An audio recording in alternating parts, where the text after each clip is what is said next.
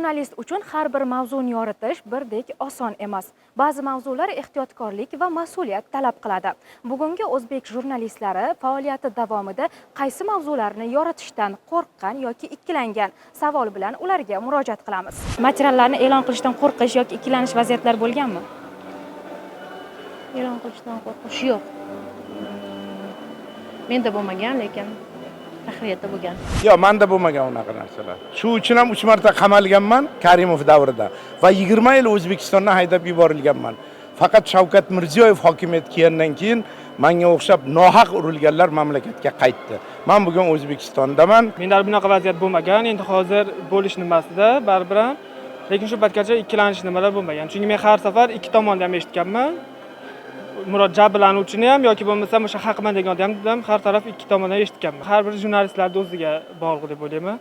Chunki yozsam falonchiga qarashli bu nima territoriya yoki falonchi rahbarlik qiladi degan qanaqa ikkilanishlar bo'lishi mumkin. Hamma jurnalist o'ziga bog'liq. Kim qaysi mavzuga qanaqa rakursdan qarashga bog'liq. Endi odatda unaqa narsalar bo'lmaydi. Bizda qandaydir materialni chop etishdan kimdir bizga to'sqinlik qiladigan holatlar bo'lmaydi. Faqat bu bizni o'zimizni tarbiyamiz bilan, etikamiz bilan bog'liq masalalar bo'lsa kerak.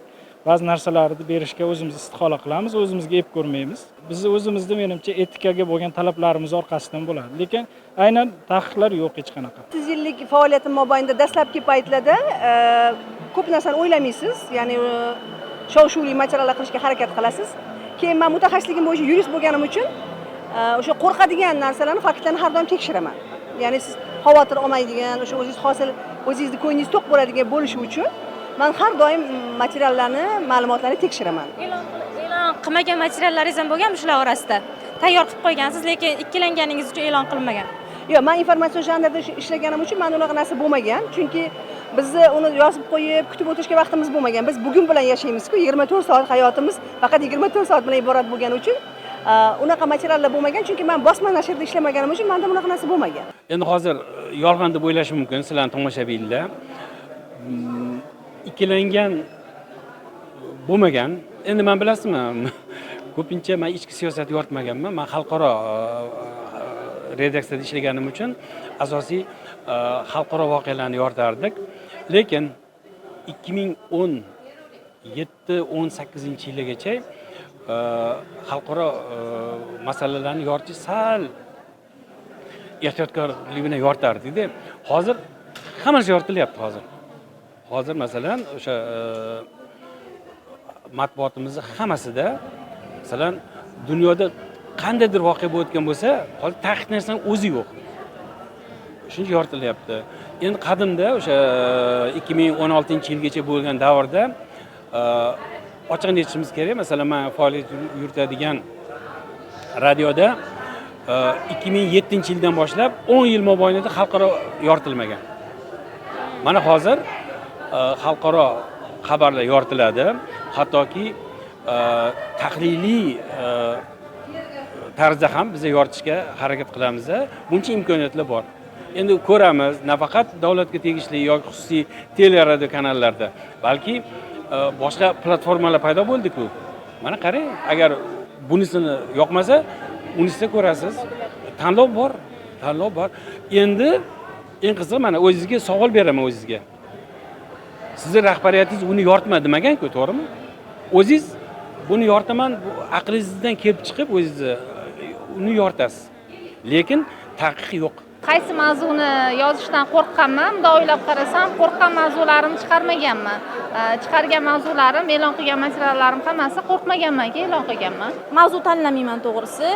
Agar odamlarning muammosi bo'lsa, bilasiz, murojaatlar ko'p, o'rganamiz, reportajlar qilamiz, matbuot anjumanlariga boramiz. Biz uchun mavzu tanlanmaydi, lekin ikkilanaman qaysi mavzularda, albatta diniy mavzuda ikkilanaman va iloji boricha yoritmayman. Yana qanday mavzular? Yana sport sohasidan hozir uzoqman deb o'ylayman. Ko'p mavzularda ikkilanamiz. Hali baribir eng yuqori aytaylik masalalar ochiq qoladi ko'pincha yoki bo'lmasa aytaylik ba'zi ma'lumotlarni olishda qiynalinadi. Bunday mavzular bor hali ham.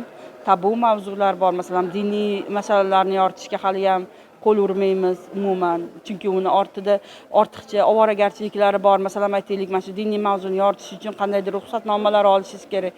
Bu mavzularni umuman yoritmay qo'ya qolganimiz yaxshi deb o'ylayman. Endi bunaqa ko'p bo'ladi, chunki siz hozir ichki senzura haqida aytyapsiz. Endi ichki senzura ham tashqi senzurani ta'siri. Tashqi senzura bor, siyosiy mavzular, saylov mavzulari, huquq organlarini qanaqadir huquq organlariga bog'liq mavzular.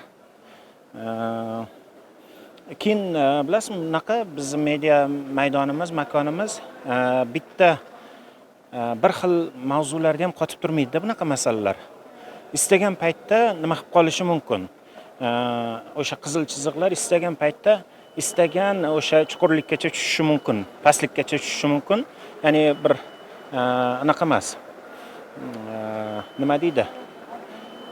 Silliq ketmaydi, o'ynab turadi. Bir ishonchli muhit emasda.